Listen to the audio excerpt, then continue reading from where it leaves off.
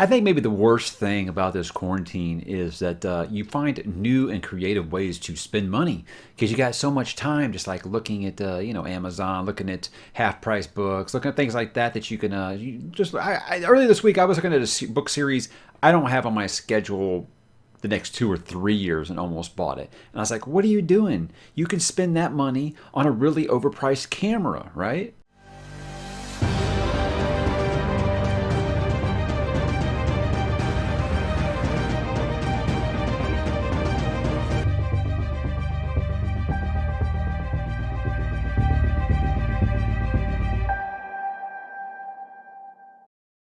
Hey, what's up, bookworms? Mike back with another weekly update. April is quickly coming to a close, and that means I am almost done with school, and that means there is plenty more time to do more videos for you guys and to talk about reading a bunch more books because I imagine that that output's going to go a little up, but I mean, who knows? Let's see.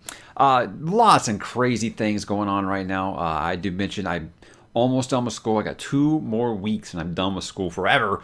So that's really exciting. Unless I decide to go for my doctorate or something. Anyway, I don't even want to talk about that. Nobody wants to talk about school. Let's talk about what you guys are up to this week. I'll tell you what I'm up to this week, and then I want to hear from you about what you are up to this week. So just kind of quickly to touch on everything that's been kind of going on with my schedule. I did finish White Knight by Jim Butcher.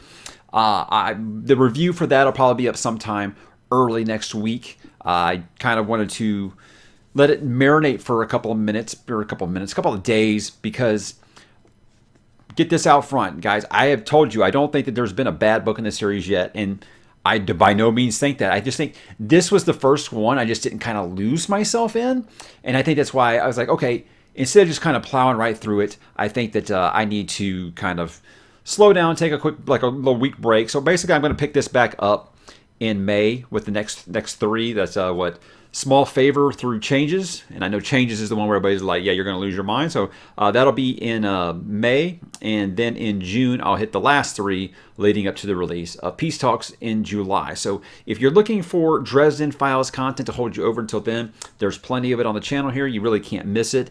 And I will keep talking about this one. I think I'll have, once I go through my notes and actually start talking about it, I'm sure I'll have a lot more to talk about. Like right now I'm going through it and I'm just like, I can only think of 2 or 3 things I really want to talk about from that book. But that's how it always is. I'll sometimes be like, not very much happened in this book. And then I'll go through the notes and be like, oh yeah, it did.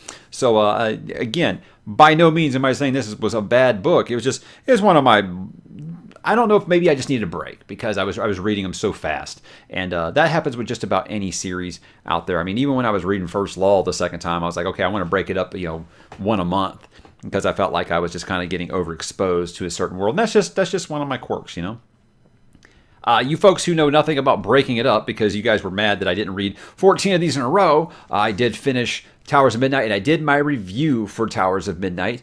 And obviously, I'll put that up here for you if you missed it. Did break it into 2, just like I had with Gathering Storm, because there's just so much to talk about with those. And those reviews were just getting longer and longer. And people insisted that I stop, kind of cutting those in half. Or not really cutting them in half, but I was editing them down. So what I decided to do with that was break them into 2. And I had to kind of tell people, guys, I'm not responding to comments right now. Not due to that I was upset that people got really salty about Egwene in one of those videos. No, that wasn't what it was. I'm just so close to the end now. I don't want to spoil anything. And while everybody has been really great, it only takes one. It only takes one person to ruin everything. And I was like, if I get this far, almost 14 months of my life reading this series, and one slap ass comes and ruins the last chapter for me, it would just be devastating. So I was like, what I'm going to do is I'm just not going to read comments right now. When I'm done, which I'll get to in a second, will probably be in a day or 2, then I'll go back and to Towers of Midnight and the Memory of Light wish list and talk to you guys about all those comments there. So I'll have my homework in front of me when that time comes. And I'm definitely going to talk to you guys about it, because as always, this channel is about discussion. What point would it be to make a video and not respond to any of your comments? I'm going to respond to your comments, positive or negative, and talk about these things. I'm so close to the end. So I talked about my Memory of Light wish list. I don't even know, halfway, maybe not. I think I got about 90 pages left in the last battle chapter, as you know.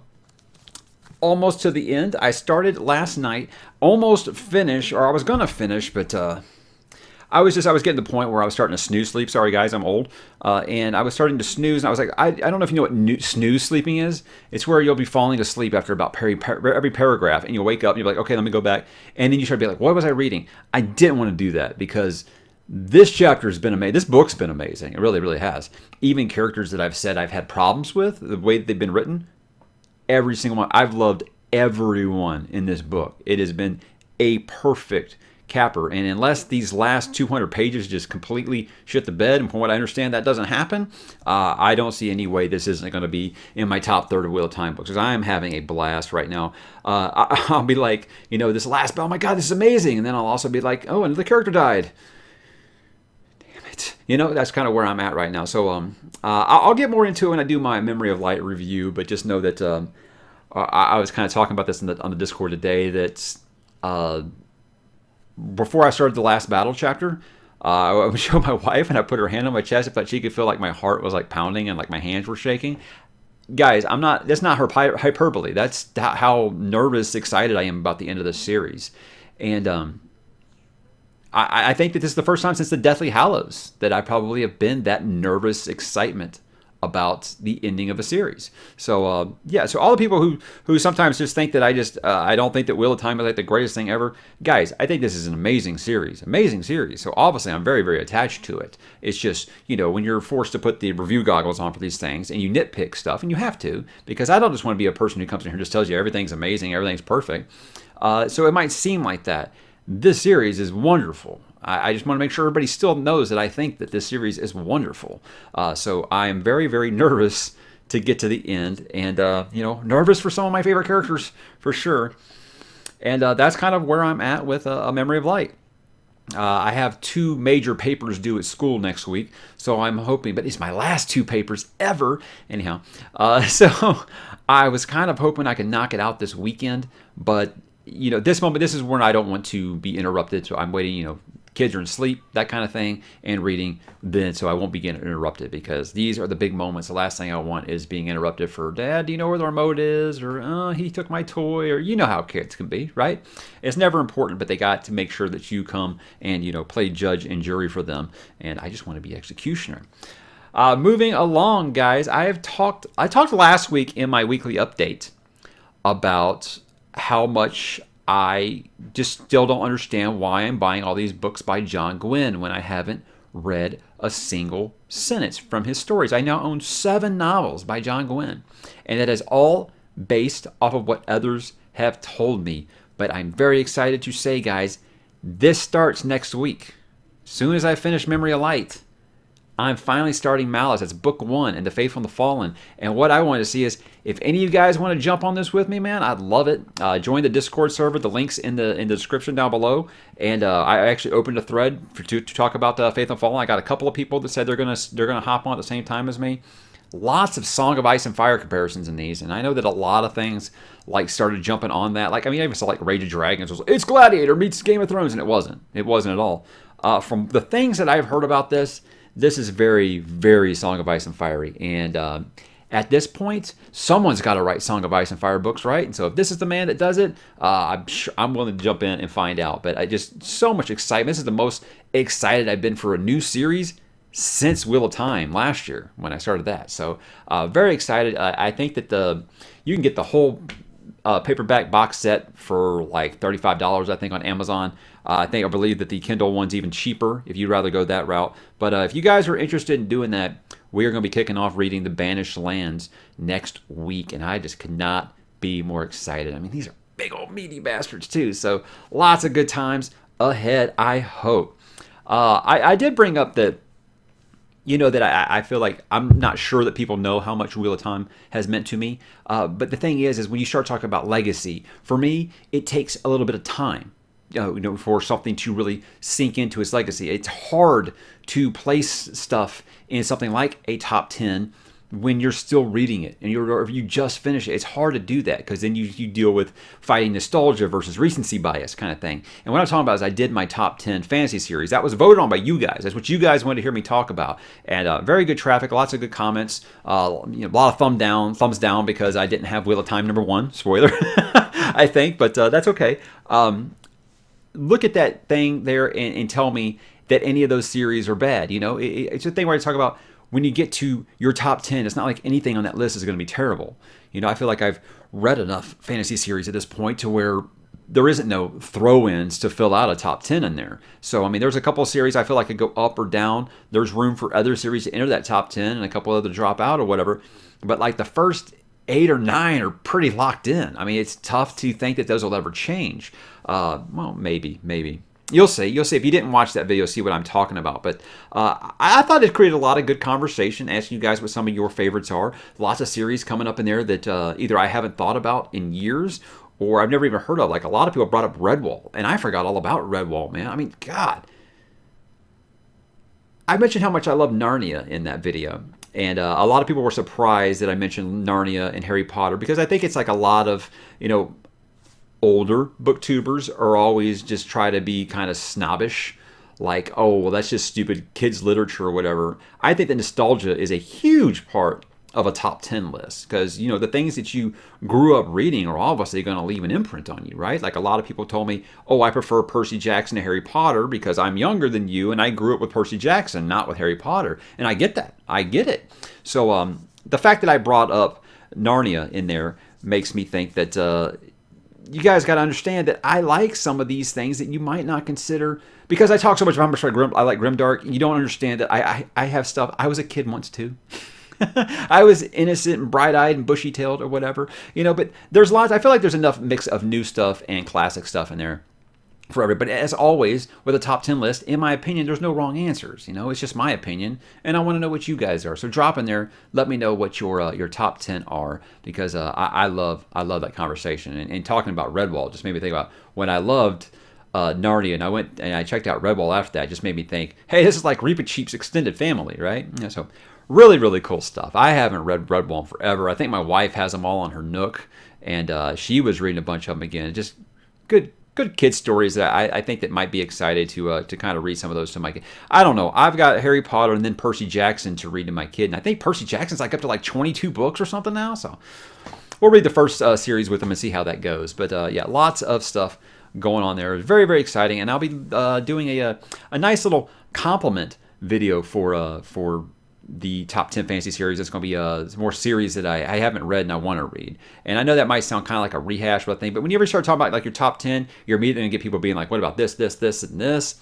Well, that video is really to kind of appease those people. These series are on my radar. I haven't cloned myself successfully yet. Had a couple of unsuccessful attempts. I don't want to talk about that because it get me like banned. But I do know about these things, and I plan to get to them. I just can't do them all at once, right?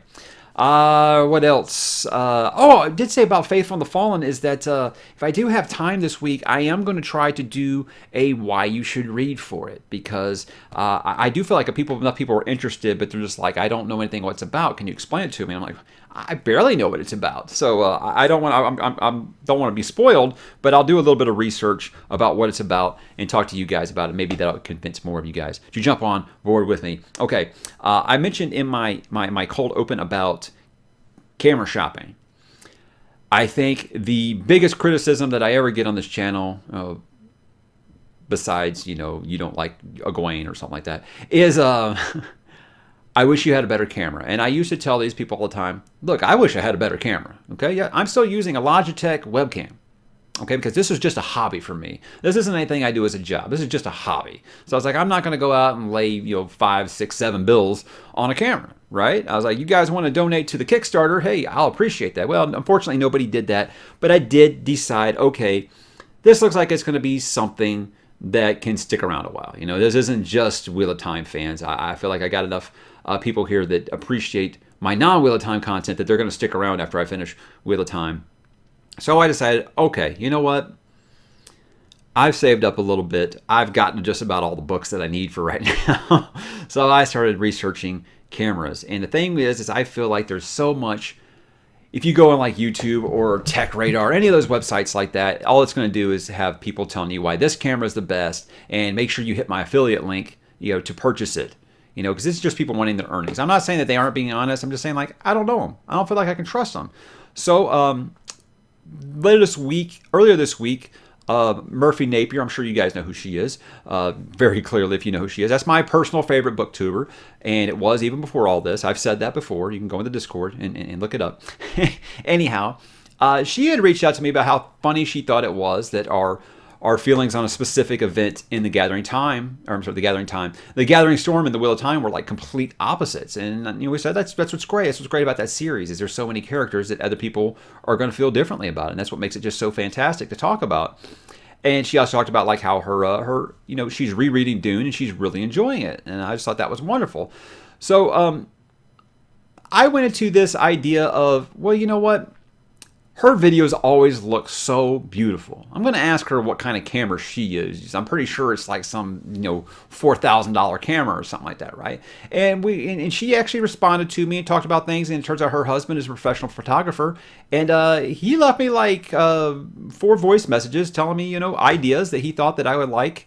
And I finally came to a conclusion and made a decision today. Anyways, the point of the story is that, for them to take time out of their day, and I know they have kids and they have their jobs and stuff to worry about, to talk to a upstart like me who, she's excited because he just crossed 7,000 subscribers, to take that time out of their day and tell me what they think that I should do. It meant a lot. So I really, really appreciate that. And I say that's something that I really love about the booktube community is I've worked in podcasting, I've worked in sports writing, I've worked in all these kinds of things, and it was always so cutthroat. Everyone was just willing to just step on each other to get ahead.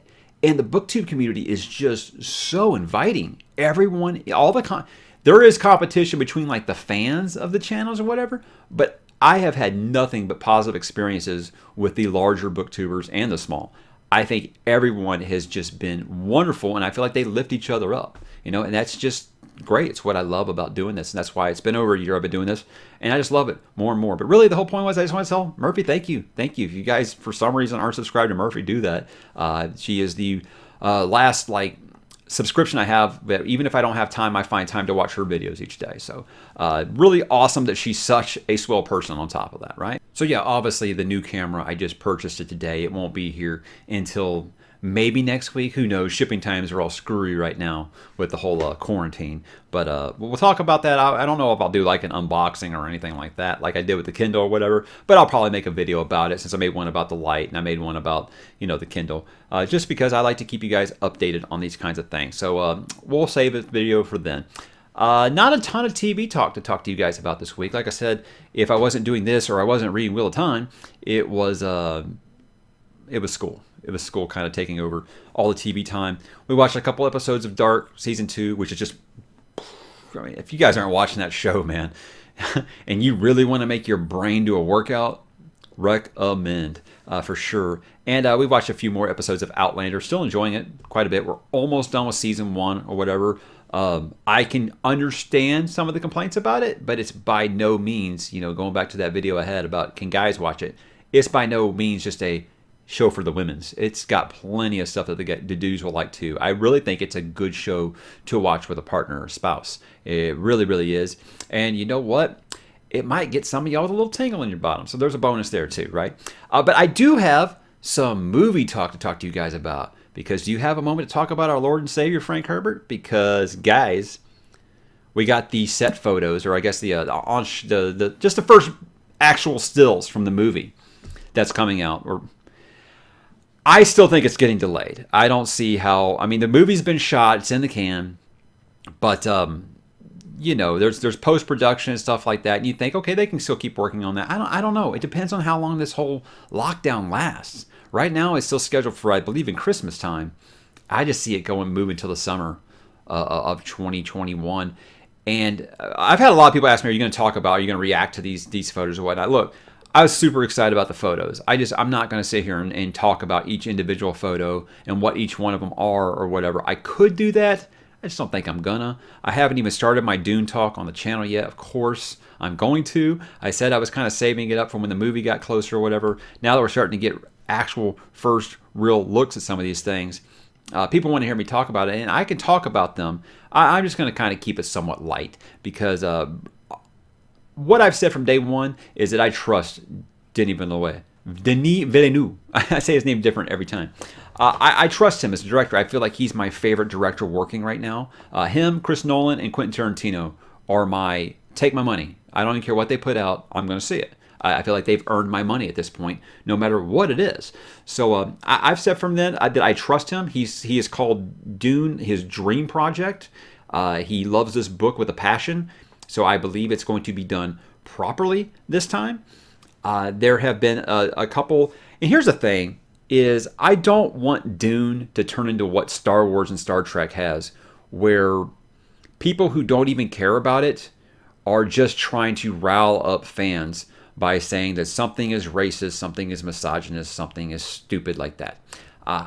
Don't care about the identity politics thing. I think that Hollywood needs to stop hitting us over the head with their ideals. I mean, you guys just had like the worst year ever with your pedophilia and your really bad news. So I think you guys should stop telling normal people how to live and stop putting your political ideals into everything.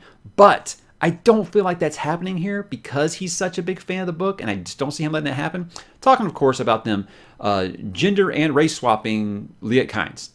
Now, I think it's unnecessary, but again, I said I trust the guy. I trust the guy. It doesn't change a ton, in my opinion. I understand where the purists are coming from, and guys, no, they're not. They're not fucking racist because they want to be like their book, okay? I think that's the stupidest thing ever. So hyperbolic. Just stop. People just want things to be exactly how they are in the book, especially the purists. I mean, I don't think everyone who is mad about some of the Wheel of Time casting, I don't think that that's it. I just think that they cherish this and they treat it like a Bible and they want it to be exactly like it is in their headcanon. I get it. Leave them alone. Yeah, there are some that are just over the top ugly about it and disgusting about it. Sure. But I'm already seeing like the clickbait about, oh, well, SJWs are doing this or SJWs are doing this. Oh, God. This is an amazing story that speaks for itself. We don't need any political agenda attached to it. It has all those things in it, just like Wheel of Time does if you're looking for them.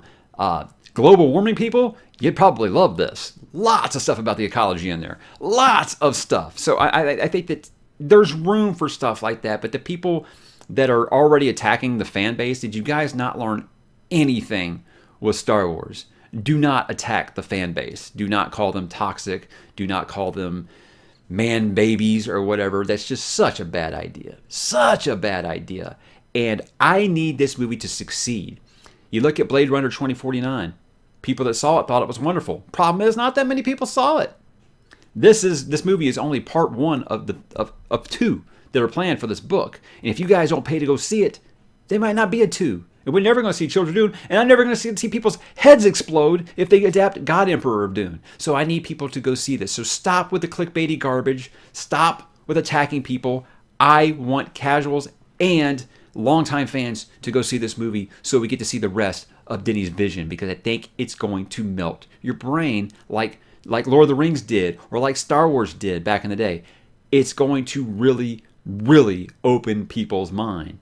So yeah, stop with all that negativity and let's just enjoy this, man. I never thought that we'd get another attempt at this. So I'm over the moon. I think that the pictures are beautiful. I think the cast is incredible.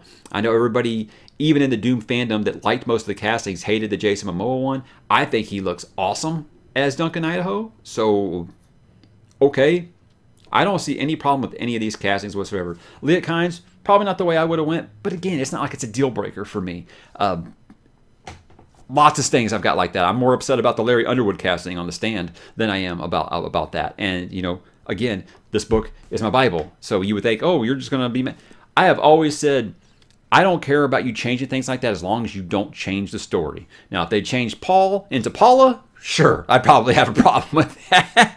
But we didn't go that far. So is what it is. I can't wait to talk to you guys more about Dune because, as you know, it's my favorite book ever, and I want to talk about it. And if you guys are just dying for me to break down each one of these photos and Zapruder film it, I'll do that for you. But I don't feel like I've got enough Dune fans on this channel that are wanting to see me, really put the magnifying glass on some of these photos and talk about them. Just know that I was very excited when I saw them, and I think the cast looks wonderful, and I think the cinematography is going to melt our minds. I cannot wait. So guys, that is it for me this week. What are you guys up to? Are you listening to anything good, watching, playing anything good? What are you reading? That's always the big one here. So guys, I have got a date tonight. What are you doing? Drop in the comments and let me know.